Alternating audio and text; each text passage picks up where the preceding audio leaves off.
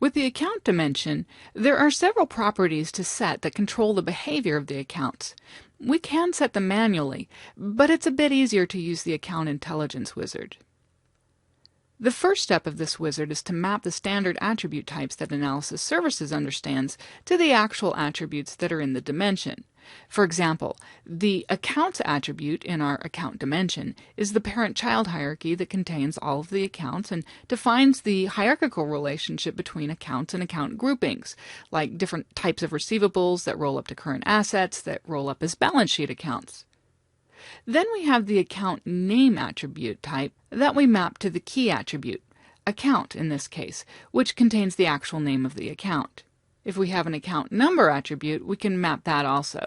But we don't have to use an attribute type just because it's in the list, although at minimum we really need chart of accounts and account type. Speaking of account type, we'll map that as well. It's used to categorize an account as an asset, liability, and so on. The account type is important for aggregation over time, as we'll see shortly. Then on the next page of the wizard, we see a list of all the standard account types that Analysis Services understands.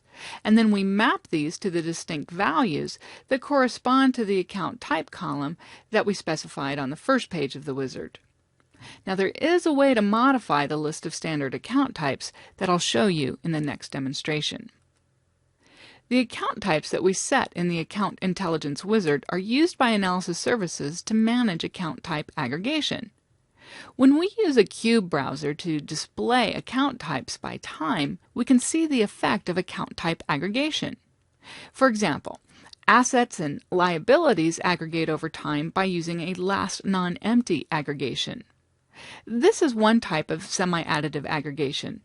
That means Analysis Services has special behavior when aggregating a date hierarchy, but aggregates normally by summing members of all other dimensions, in this case accounts. That means the total for a given quarter doesn't add up the 3 months belonging to that quarter, but instead uses the last month of that quarter that has a value, which in this case is March.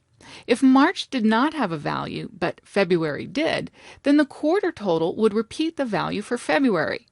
Similarly, the value at the year level for an asset or liability account uses the last non-empty quarter, which would be quarter 4 if it has a value, or quarter 3, and so on backwards through the year by quarter. Now, if none of the quarters for a year has a value, then the year also has no value. This is correct behavior for these types of accounts because they represent a balance at a point in time and do not accumulate over time. Statistical accounts are also typically based on a point in time, so these will also be set to use a last non-empty aggregation. On the other hand, revenue and expenditure account types use normal aggregation with the sum function. We add up these values over time, and so a parent member like quarter shows the accumulated value of its children, the months. Now it's important to remember that account type aggregation only affects how values get rolled up over time, from day to month to quarter to year. To get the behavior you see here, where we have last non-empty for some account types and sum for others, we need to configure the amount measure to use the by account aggregate function. However, it's important to know that this is available only in Enterprise Edition. If you have Standard Edition, you can achieve the same goal by building a lot of expressions into the MDX script of the cube, but you should have a good understanding of how to work with MDX and how MDX scripts affect the value that display when you browse a cube. Later, we'll learn about aggregation for the accounts themselves. The values that you see for balance sheet total and net income total and statistical accounts total are all incorrectly shown here because we still need to adjust some more properties. But first, let's go to a demonstration to apply what we've learned thus far.